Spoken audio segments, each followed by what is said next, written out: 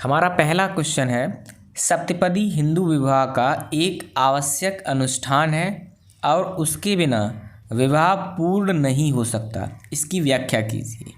दोस्तों, इसका उत्तर है कि हिंदू विवाह अधिनियम में विवाह के लिए किसी प्रकार के संस्कार का विवरण नहीं किया गया है। अधिनियम की धारा 7 में यह उल्लेख किया गया है कि हिंदू विवाह उसमें के पक्षकारों में से किसी प्रथागत आचारों और संस्कारों के अनुरूप किया जाएगा।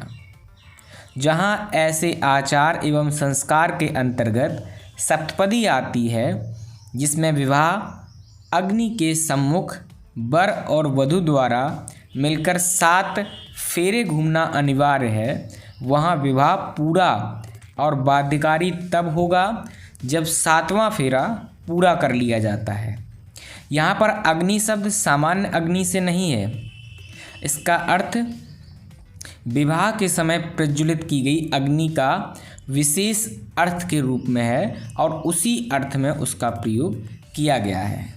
दोस्तों, अगर ये शॉर्ट क्वेश्चन आपको लिखना होगा तो आप केवल इन केस का नाम लिख दीजिए, जिनमें पहला केस है भाऊराव शंकर लोखंडे बनाम स्टेट ऑफ महाराष्ट्र और दूसरा है श्रीमती मार्गरेट पल्ली बनाम सावित्री AIR 2010।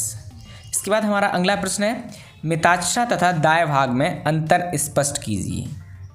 तो मिताक्षरा और दाय भाग में क्या अंतर है? पहला अंतर है, मिताक्षरा शाखा विज्ञानेश्वर की व्याख्या पर आधारित है, जबकि दाय भाग जीमूत वाहन की व्याख्या पर आधारित है।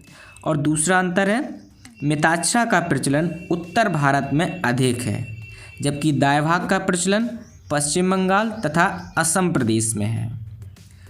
तीसरा, मिताक्षरा में सहदायकी को संपत्ति का अधिकार जन्म से मिलता है तथा पिता तथा पुत्र सहदायकी होते हैं तथा संयुक्त परिवार की संपत्ति में सहस्वामी होते हैं। जबकि दाय भाग शाखा के अंतर्गत संपत्ति पर अधिकार अंतिम स्वामी की मृत्यु पर उत्पन्न होता है, अतः पिता के जीवन काल में पुत्र को पैतृक संपत्ति पर कोई अधिकार नहीं रहता। चौथा अंतर है, मिताक्षरा शाखा के अंतर्गत पिता को पैतृक संपत्ति का संयुक्त परिवार में हस्तांतरण तक सीमित अधिकार होता है, जबकि दाय भाग में के अंतर्गत पिता को पैतृक संपत्ति के हस्तांतरण को पूर्ण अप्रतिबंध अधिकार है। पांचवा अंतर है, मिताक्षरा शाखा में पुत्र संयुक्त परिवार की संपत्ति में पिता के विरुद्ध विभाजन की मांग करने का अधिकार रखता है। दाय भाग शाखा में पिता के जीवन काल में पुत्र को संयुक्त पैतृक संपत्ति में विभाजन की मांग करने का अधिकार नहीं होता है। इसके बाद हमारा अगला प्रश्न है, विवाह विच्छेद और न्यायिक पृथक्करण में क्या अंतर है? इसका उत्तर है, न्यायिक पृथक्करण में विवाह का अस्तित्व अप्रभावित रहता है और पत्नी के संबंध स्थगित रहते हैं, समाप्त नहीं होते। जबकि विवाह विच्छेद में विवाह विघटित हो जाता है और पक्षकारों के पति पत्नी के संबंध समाप्त हो जाते हैं। न्यायिक पृथक्करण और विवाह विच्छेद में दूसरा अंतर है, न्यायिक पृथक्करण के बाद पक्षकार को दूसरा विवाह करने का अधिकार नहीं होता। अगर पक्षकार दूसरा विवाह करते हैं तो धारा 17 के अंतर्गत दूसरा विवाह शून्य होता है और दूसरा विवाह करने वाला भारतीय दंड संहिता की धारा 494 और 495 के अधीन दंड का भागी होगा। जबकि विवाह विच्छेद की डिक्री के बाद पक्षकार को दूसरा विवाह करने का अधिकार मिल जाता है और दूसरा विवाह विधिमान्य होता है तथा पक्षकार किसी दंड का भागी नहीं होता। न्यायिक पृथक्करण और विवाह विच्छेद में तीसरा अंतर है, न्यायिक पृथक्करण में पक्षकारों को पुनः वैवाहिक जीवन शुरू करने का अवसर उपलब्ध होता है, अर्थात पक्षकार पुनः सहवास प्रारंभ कर वैवाहिक जीवन की शुरुआत कर सकते हैं। जबकि विवाह विच्छेद में पक्षकार को वैवाहिक जीवन शुरू करने का अवसर उपलब्ध नहीं रहता। चौथा अंतर है, न्यायिक पृथक्करण की याचिका विवाह के बाद किसी भी समय प्रस्तुत की जा सकती है, लेकिन विवाह विच्छेद की याचिका कुछ असाधारण परिस्थितियों के अलावा विवाह संपन्न होने की तिथि के 1 वर्ष पूर्व संस्थित नहीं की जा सकती। यह तो रहा हमारा विवाह विच्छेद और न्यायिक पृथक्करण में अंतर। इसके बाद हम लोग चलते हैं अगले प्रश्न पर। हमारा अगला प्रश्न है, हिंदू विधि के अंतर्गत शून्य विवाह से उत्पन्न संतानों की विधिक स्थिति क्या होती है? क्या उन्हें उत्तराधिकार का हक होता है? इसका उत्तर है कि धर्मजता शून्य विवाह विधि की दृष्टि में विवाह नहीं माना जाता, परंतु विवाह अधिनियम 1955 की धारा 16 ऐसे विवाह से उत्पन्न संतानों को वैध घोषित करती है। अर्थात शून्य विवाह को वैध विवाह नहीं माना जाता, लेकिन उनसे अगर कोई संतान उत्पन्न हो जाती है तो उसे वैध माना जाता है। ये विवाह अधिनियम 1955 की धारा 16 में बताया गया है। इस धारा के अंतर्गत अपेक्षित संशोधन करने के पूर्व विद्यमान अनियमितता को समाप्त कर दिया गया है। अब शून्य विवाहों में न्यायालय ने अकृतता की अज्ञप्ति ली जाए अथवा न ली जाए, लेकिन उनसे उत्पन्न संतानें धर्मज मानी जाएंगी। शांताराम तुकाराम पाटिल बनाम श्रीमती डागूबाई AIR 1987 के मामले में बम्बई उच्च न्यायालय ने उपयुक्त प्रतिपादना को स्वीकार करते हुए सप्रेषित किया कि शून्य विवाह की संतान चाहे अकृतता की अज्ञप्ति पास की जाए अथवा नहीं, एक वैध संतान मानी जाती है। इसके बाद एक दूसरा प्रमुख केस है किंचीगौड़ा बनाम KB कृष्णप्पा व अन्य AIR 2009। इसके बाद हम लोग चलते हैं अगले प्रश्न पर। हमारा अगला प्रश्न है, एक वैध दत्तक ग्रहण हेतु आवश्यक शर्तों का उल्लेख कीजिए। इसका उत्तर है, हिंदू दत्तक तथा भरण पोषण अधिनियम 1956 की धारा 6 में वैध दत्तक की आवश्यकताएं प्रतिपादित की गई हैं। धारा 6 के अनुसार किसी दत्तक को वैध होने के लिए निम्न शर्तों का पूरा करना होगा। 1. दत्तक लेने वाले व्यक्ति को दत्तक लेने का अधिकार तथा सक्षमता होनी चाहिए, जो धारा 6 की उपधारा 1 में बताई गई है, अर्थात उसमें सक्षमता होनी चाहिए। दूसरा, दत्तक देने वाला व्यक्ति दत्तक देने में समर्थ होना चाहिए। और दूसरा है कि जो व्यक्ति दत्तक दे रहा है, क्या वह व्यक्ति उस बच्चे को दत्तक देने में समर्थ है, ये धारा 6 की उपधारा 2 में बताया गया है। और तीसरा है, जिस व्यक्ति को दत्तक लेना है वह दत्तक दिए जाने के लिए सक्षम होना चाहिए। और चौथा है, दत्तक इस अध्याय में उल्लिखित अन्य शर्तों के अधीन होना चाहिए। और इसी के साथ साथ अन्य शर्तें जो इसमें निर्धारित की गई हैं धारा 6 की उपधारा 4। इसके बाद अगला प्रश्न है, न्यायालय द्वारा नियुक्त संरक्षक की शक्तियों का उल्लेख कीजिए। न्यायालय द्वारा जो संरक्षक नियुक्त की जाते हैं उनकी क्या शक्तियाँ होती हैं?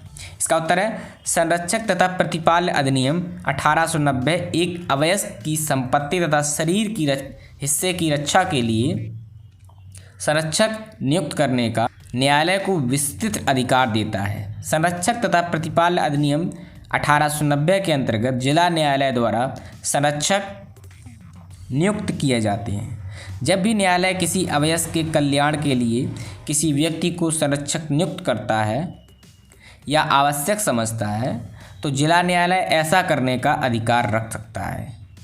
न्यायालय संरक्षक नियुक्त या घोषित करने से पूर्व अवयस्क की आयु, लिंग, इच्छा और व्यक्तिक विधि, माता पिता की इच्छा और संरक्षक की योग्यता पर ध्यान देता है। परंतु संरक्षक की नियुक्ति करते समय न्यायालय के मस्तिष्क में बालक का कल्याण सर्वोपरि होगा। हमारा अगला प्रश्न है, पत्नी के भरण पोषण को समझाइए। इस अधिनियम के अंतर्गत पत्नी को भरण पोषण का निम्न अधिकार प्राप्त है। पहला, हिंदू पत्नी चाहे वह अधिनियम के आरंभ के पूर्व या बाद ब्याही गई हो, अपने जीवन काल में अपने पति से भरण पोषण पाने के लिए हकदार है। और दूसरा बिंदु है, हिंदू पत्नी भरण पोषण के अपने दावे को खोए बिना अपने पति से पृथक रहने के लिए उस सूरत में हकदार होगी जिसमें कि का उसका पति अभित्यजन का दोषी हो, अर्थात उसके पति ने अपनी पत्नी को अगर छोड़ दिया है तब भी वह भरण पोषण की उत्तराधिकारी है। दूसरा, पति की क्रूरता के व्यवहार के कारण पत्नी को आशंका है कि उसके साथ रहना हानिकारक है, और यदि पत्नी को लगता है अपने पति के क्रूर होने के कारण कि अगर उसके साथ रहेगी तो उसके साथ कुछ अनहोनी हो सकती है, कुछ घटना घटित हो सकती है, तब भी वह अपने पति से भरण पोषण पा सकती है। इसके बाद अगला बिंदु है, उसका पति उग्र कुष्ठ रोग से पीड़ित है, उसके पति की अन्य कोई पत्नी जीवित है, उसका पति उसी मकान में जिसमें उसकी पत्नी निवास करती है कोई उपपत्नी रखता है या किसी उपपत्नी के साथ अन्य किसी स्थान पर निवास करता है, उसका पति कोई अन्य धर्म ग्रहण करने के कारण हिंदू नहीं रहा। यदि उसके पति ने हिंदू धर्म त्याग दिया है, उसके पृथक होकर रहने को न्यायानुमत करने का कोई अन्य कारण, और कोई अन्य कारण जो न्याय संगत हो। तीसरा, कोई वैध हिंदू पत्नी हिंदू धर्म को छोड़ करके किसी अन्य धर्म को ग्रहण कर लेती है और अलग रहने लगती है, तब अगर वह दावा करती है भरण पोषण का तो उसे नहीं प्रदान किया जाएगा। हिंदू विधि के स्रोतों का वर्णन कीजिए। इसका उत्तर है, हिंदू विधि के स्रोतों की सुविधा के लिए मुख्यतः इसे दो भागों में बांटा जा सकता है। पहला प्राचीन स्रोत और दूसरा आधुनिक स्रोत। प्राचीन स्रोत में श्रुति, स्मृति, भाष्य एवं निबंध तथा प्रथाएं आती हैं, जबकि आधुनिक स्रोत के अंतर्गत न्याय, साम्य, सद्विवेक, विधायन तथा न्यायिक निर्णय आते हैं। इसके बाद अगला प्रश्न है हमारा, हिंदू उत्तराधिकार अधिनियम 1956 के अंतर्गत अनुसूची के वर्ग 1 और वर्ग 2 के वारसों को लिखिए। तो इसका उत्तर है कि वर्ग 1 में उल्लिखित मृतक दायादों की अनुसूची इस प्रकार से है, अर्थात अगर हिंदू धर्म में किसी व्यक्ति की मृत्यु हो जाती है तो उसके बाद उसकी संपत्ति को किसे दिया जाएगा और किस प्रकार से बांटा जाएगा। वर्ग 1 में जो दायाद हैं वो इस प्रकार हैं, सबसे पहले पुत्र, उसके बाद पुत्री, उसके बाद विधवा पत्नी, उसके बाद माता, उसके बाद पूर्व मृत पुत्र का पुत्र, उसके बाद पूर्व मृत पुत्र की पुत्री, पूर्व मृत पुत्री का पुत्र, पूर्व मृत पुत्री की पुत्री और पूर्व मृत पुत्र की विधवा पत्नी, पूर्व मृत पुत्र के पूर्व मृत पुत्र का पुत्र, पूर्व मृत पुत्र के पूर्व मृत पुत्र की पुत्री, अर्थात उसके मतलब पोता पोती की बात की गई है।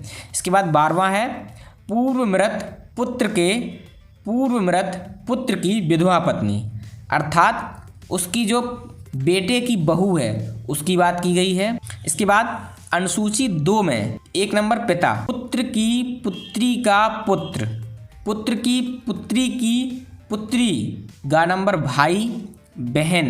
तीसरा है पुत्री के पुत्र का पुत्र। इसके बाद 4 नंबर भाई का पुत्र, बहन का पुत्र, भाई की पुत्री, बहन की पुत्री, पिता का पिता अर्थात उसके दादाजी, पिता की माता, पिता की विधवा, भाई की विधवा पत्नी, पिता का भाई, पिता की बहन, माता का पिता, माता की माता, माता का भाई और माता की बहन। तो ये हुए वर्ग 2 के दायाद। सहदायकी से आप क्या समझते हैं, वर्णन कीजिए। इसमें सहदायकी को पूछा है। दोस्तों, संयुक्त परिवार संपत्ति या सहदायकी संपत्ति उस संपत्ति को कहते हैं जिसमें सभी सहदायकियों का सामुदायिक हित तथा कब्जे की देयता रहती है। ऐसी संपत्ति में निम्नलिखित सम्मिलित हैं: 1 पैतृक संपत्ति, 2 संयुक्त परिवार के सदस्यों द्वारा संयुक्त अर्जित संपत्ति, 3 ऐसी संपत्ति जो संयुक्त परिवार के किसी ऐसे सदस्य द्वारा अर्जित है जिसे संयुक्त परिवार की संपत्ति में मिला दिया गया है, और 4 संयुक्त परिवार की निधि से किसी या सभी सहदायकियों का अर्जित संपत्ति। इसका प्रमुख केस है कि भगवान की सुलाखे बनाम दिगंबर गोपाल सुलाखे AIR 1986। हिंदू विधि के स्रोत के रूप में विधायन की व्याख्या कीजिए। हिंदू विधि के अनुसार हिंदू विधि के आधुनिक स्रोतों में प्रमुख स्रोत है विधायन। ब्रिटिश शासनकाल के दौरान भारत में कुछ ऐसे अधिनियम पारित किए गए जिन्होंने मूल हिंदू विधि को समय समय पर संशोधित तथा अनुपूरित किया, जैसे बाल विवाह प्रतिरोधक अधिनियम 1929, हिंदू गेम्स ऑफ लर्निंग अधिनियम 1930, हिंदू स्त्री संपत्ति अधिकार 1937 आदि। स्वतंत्रता के पश्चात हिंदू विधि के संबंध में 4 प्रमुख अधिनियम पारित किए गए, जिनके अंतर्गत भारतीय संसद ने विवाह, दत्तक, संरक्षकता तथा उत्तराधिकार के क्षेत्र में व्यापक परिवर्तन कर हिंदू विधि के इस क्षेत्र को सुनिश्चित तथा बोधगम्यता प्रदान की, जैसे हिंदू विवाह अधिनियम 1955, हिंदू अवयस तथा संरक्षकता अधिनियम 1956, हिंदू उत्तराधिकार अधिनियम 1956। तो इस प्रकार दोस्तों हम लोगों ने जो शॉर्ट आंसर थे उनको कवर कर लिया। मिलते हैं अगले वीडियो में, तब तक के लिए अपना ख्याल रखें। जय हिंद।